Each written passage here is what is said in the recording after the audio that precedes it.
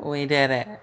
We did it, Joe. We're back on time. Oh my god, we're back again! Hello everybody, my name is Elixxirr and welcome back to my YouTube channel. If you're new here, make sure you hit that subscribe button. It's a new week and a new episode of RuPaul's Drag Race Season 13 and I am so excited to get into the looks. The runway category this week was Little Black Dress, which is basically like a fashion staple for anybody who just wants to go out to a basic event. I think the theme has been done to some extent before on the show, so I guess the challenge this time is to see if the girls can take it to a new height.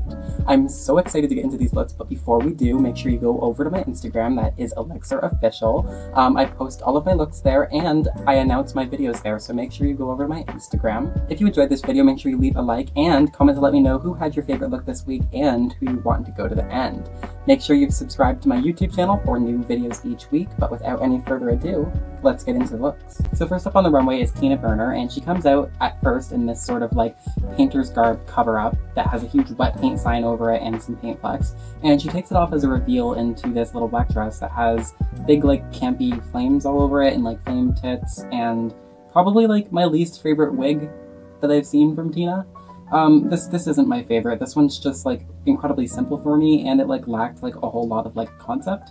For me, I'm going to give this one a 7 out of 10. So next up we have Candy, and she is wearing a inspired piece. I like how the front is painted, so it makes her appear really thin. It's just like painted as an illusion. And then there is this huge structured garment that she's wearing. I like the little like smaller version that she's carrying with her as a bag.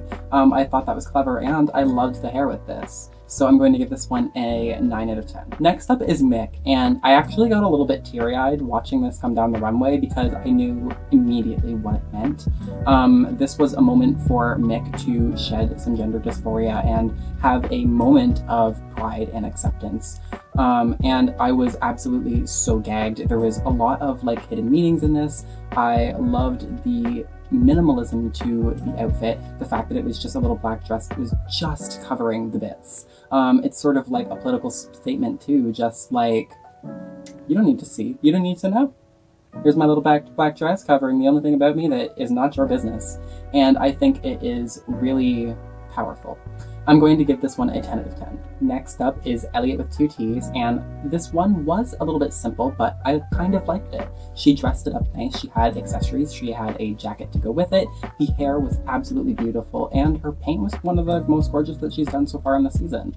Overall, I'm going to give this one a 7.5 out of 10. Next up is Tamisha Amman, and this one was not my favorite. It was a little bit simple. It was just really something that we had seen before, and I was just wishing that she had taken this to a newer, more heightened level.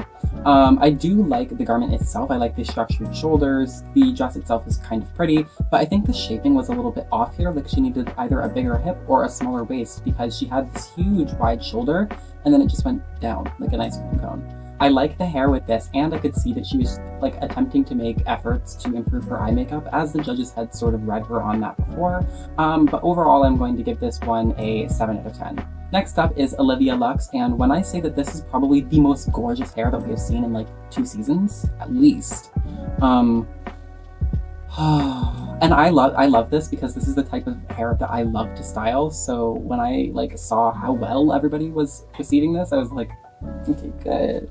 I like her dress. It's simple, it's small, but it is embellished. It has some nice stoning on it. The shape is nice, and I like the fact that she is wearing a stoned panty, a gorgeous shoe, and the hair. I'm gonna give this one a 9 out of 10. Next up is Utica, and she had to explain to the judges, and even to me, because I didn't even get it, that she was supposed to be an earring. Her hat was an earring. I feel like sometimes with Utica, I love the quirk and the kook and the camp, but sometimes, as the judges did say, it gets to a point where it starts to distract from the point, where sometimes there's camp where camp doesn't need to be. Overall, I'm going to give this one a 7.5 out of 10. So next up is Denali, and this was really, really pretty. She did something completely brand new with this. She had a bunch of beads on it. It was ruched and gorgeous, and I loved the way that there was sort of like a bat wing sort of sewn into the dress. It was really pretty, and I really enjoyed her hair, the fascinator, and that sickening SFX detail on her forehead. Now, unfortunately, she took it off near the end of the runway, so the judges didn't really get a chance to see the SFX, so they weren't really gagged by it. but it was actually really cool. So overall, I'm going to give this a 9 out of 10. Next up is Rose, and she has been serving me some absolutely fierce and incredible runways. But not this one. I feel like she just looks like a pillow. Like she looks like a pillow. Like, you know those pillows that have like the ruching around the edge? She looks like one of those pillows. For this, I wish that the ruffles were either just at the top or just not at all, or a completely different garment, because it just, the shape was completely weird for me.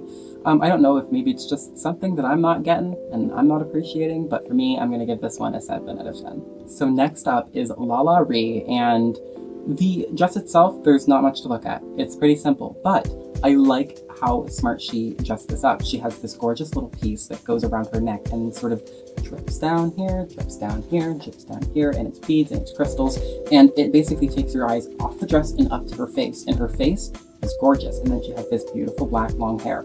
She played this smart, so I'm going to give this one an 8.5 out of 10. Next up is Symone, and this was an absolute serve. I love the silhouette of this dress, I love the design, like the pattern, the fact that it is made out of braided hair. She is serving us black excellence week after week after week, and making people think about fashion in a completely and whole different way. Like a hair runway category, none of the girls before her would have ever thought to do braided hair as their dress. And she is bringing things to this competition that is actually so exciting. And this hair on her, I wonder if maybe Gigi made this one for her too, but it's stunning. I'm gonna give this one a 10 out of 10. So RuPaul had the girls do a sort of ruse call, but weirdly enough, they didn't lip sync or anything. They were just sort of like dancing around to a voiceover, but it's okay. They were doing a sort of like disco heritage homage sort of thing. I feel like Olivia definitely did the best overall. She had electric energy, she had great dance moves, and she had amazing hair the whole episode. Candy and Tamisha ended up in the bottom, which after last week's fight, the drama, the tea. But yeah, they ended up in the bottom together, and I think that it was a very clear win by Candy. Tamisha put up a very good fight, but she did end up losing the lip sync, but she had such a good attitude about it. She was very humble when she was told to sashay away, and when she walked to the back of the stage, she even had like a little talk with Candy, and she was like, "Don't worry, girl." She's like, "I'll see you on the road." And after all of that shit flying between them, the fact that she had the professionalism to just be like that cool, walking out of the competition after being eliminated by the girl who, like, they caused so much grief between each other. I just thought that was really cool of her, and so Tamisha is hopeful to come back for All-Stars. I hope that she is back on All-Stars. She definitely deserves it.